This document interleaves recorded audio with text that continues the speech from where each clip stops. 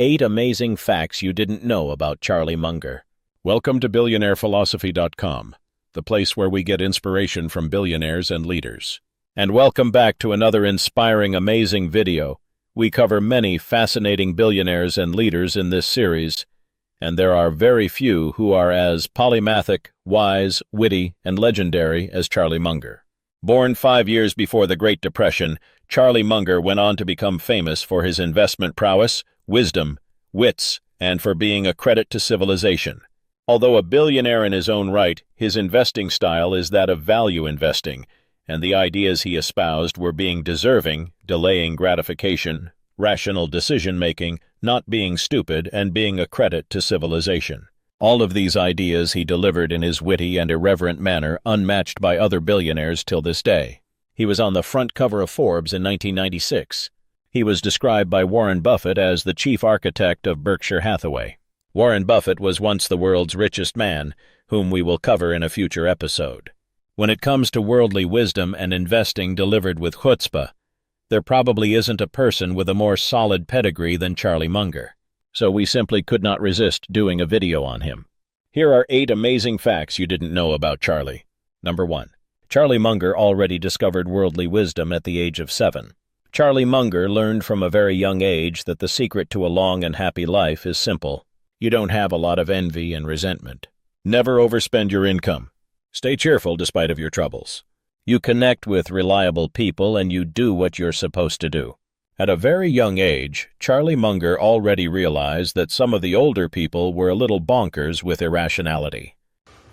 Charlie, so many of the people who come here come because they're looking for advice not on business or investments as much as they're looking for just advice on life. There were a lot of questions today, people trying to figure out what the secret to life is, to a long and happy life. And I just wonder if you were... Now that is easy because it's so simple. What is it? You don't have a lot of envy, you don't have a lot of resentment, you don't overspend your income, you stay cheerful in spite of your troubles, you deal with reliable people, and you do what you're supposed to do. And all these simple rules work so well to make your life better, and they're so trite. How old were you when you figured this out? About 7. I could tell that some of my older people were a little bonkers. I've always been able to recognize when other people were a little bonkers. And it helped me because there's so much irrationality in the world, and I've been thinking about it for a long time.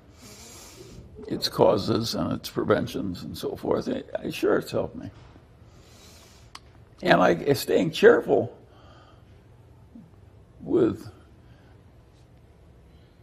it's the wise thing to do. Is that so hard?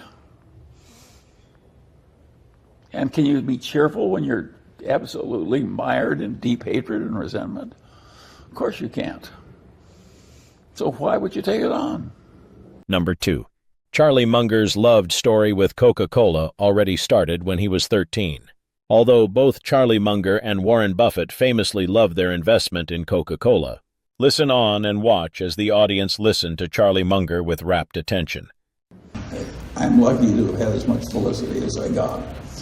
And I always needed a certain amount of toleration from the fair sex. I started wrong, and I never completely fixed myself. I should tell this group about, you come here as a cult to talk to a cult leader. I want to take you back in history. You'll see what an inferior person you were. You're now trusting. When I was a freshman in Omaha Central High, there was a friend of the family near my age, and she had done off to summer camp in the year before, and she met a blonde goddess, a voluptuous 13-year-old, and I was a skinny, underdeveloped, whatever, and so forth. You got to take my blonde goddess to this dance. And so I wanted to impress this blonde goddess. And so I pretended to smoke, which I didn't. And she was wearing a net dress, and I set her on fire.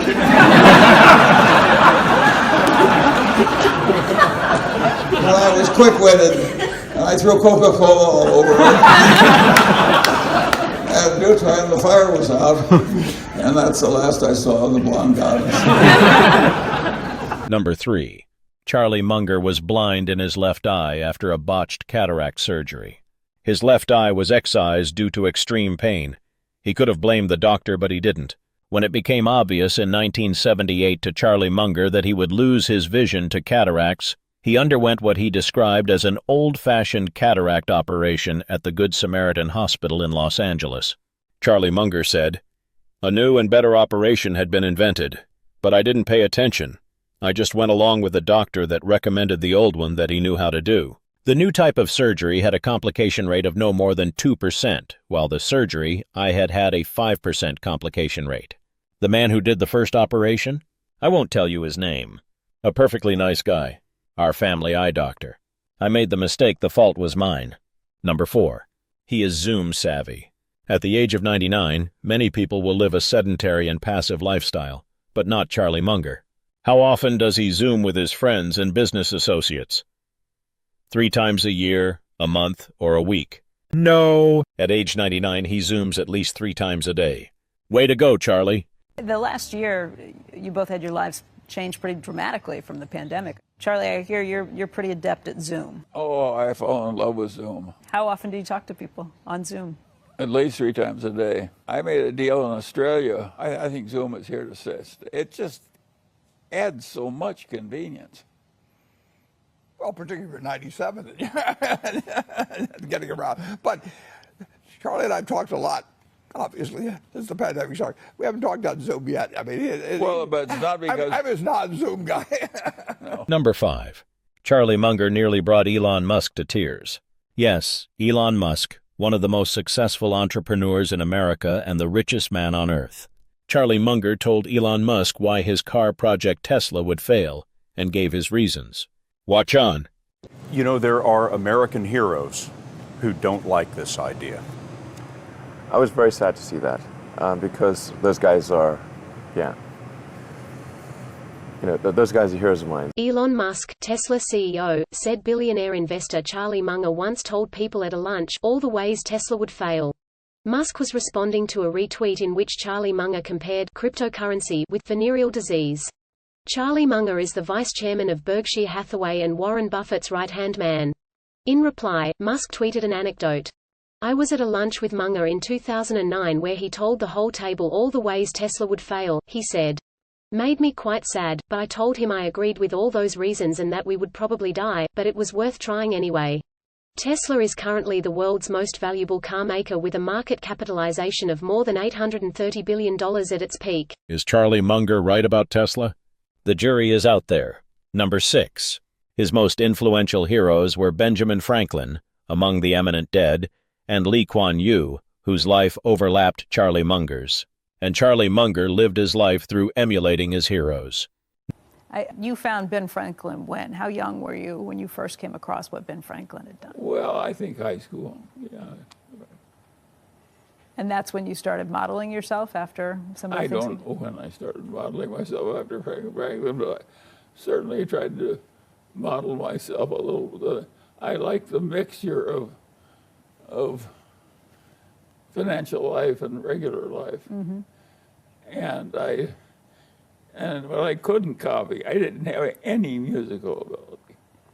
And so Franklin he played 4 different musical instruments, one of which he invented. Well, this is a lot of musical ability that God simply left out of me. Well, Ben Franklin was a genius. It was a small country, but remember, he started in absolute poverty. His father made soap out of the carcasses of dead animals that stank. Now, that is a very low place to start from. And he was almost entirely self-educated, 2 or 3 years of primary school, and after that he had to learn it all himself. Well, to rise from that kind of a starting position and become, by the time he died, he was the best inventor in his country, the best scientist in his country, the best writer in his country, the best diplomat in his country. You know, thing after thing after thing, he was the best there was in the whole United States. So he was a very unusual person. And he just got an extremely high IQ and a very kind of pithy way of talking that made him very useful to his fellow citizens. And he kept inventing all these things. Imagine inventing the Franklin stove and bifocal glasses and all these things that we use all the time. From Matt McAllister, and he says, first of all, he wants to thank you for sharing your wisdom so graciously and generously, but he says, of the 5 people or so you most admire, could you please name a few so that we might become more familiar with and potentially learn from these individuals?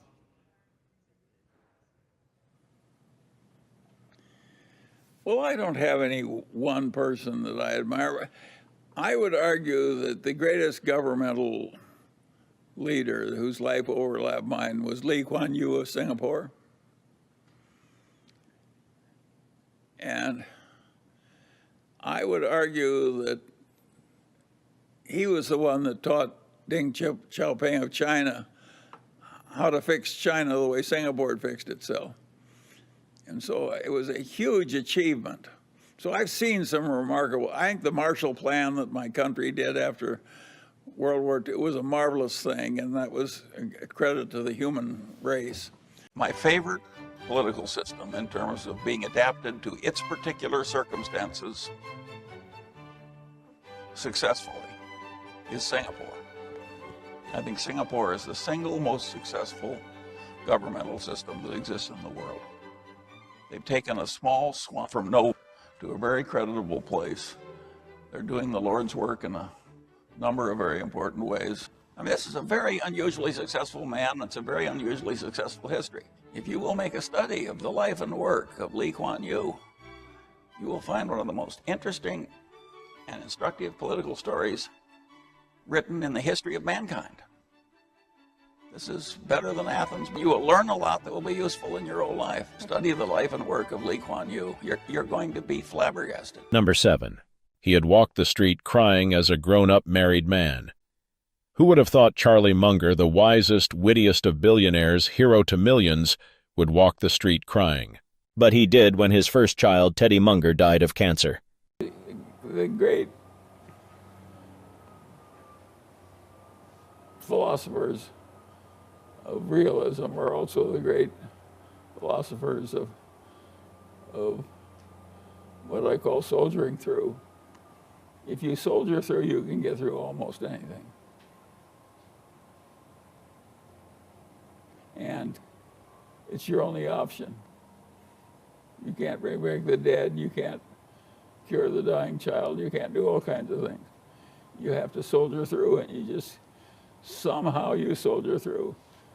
If you have to walk through the streets crying for a few hours a day, it's part of soldiering through. Go ahead and cry away, but you have to, you can't quit. You can cry all right, but you can't quit. You've had time in your life when you've done that? Sure. I cried all the time when my first child died, but I knew I couldn't change the fate. Number 8. Charlie Munger did not do any exercise, voluntarily, that is. Yes, despite medical science suggesting that we exercise, Charlie Munger did not. But exercise he did with his mind. But we had a lot of fun doing anything. And, we played golf together, we played tennis together, we did everything together. He really fooled me, though. He went to 99.9 years. I mean, if you'd pick 2 guys, he publicly said he never did a day of exercise except where it was required when he was in the Army. So he never did a day of voluntary exercise. I have almost no exercise except when the Army Air Corps made me do exercise. I've done almost no exercise on purpose in my life. If I enjoyed the activity like tennis, I would exercise. But for the first 99 years, I've gotten by without doing any exercise at all. And you're not planning on changing that anytime soon? No, I'm not changing it. Thank you for watching. Please subscribe so that you don't miss another amazing billionaire philosophy video.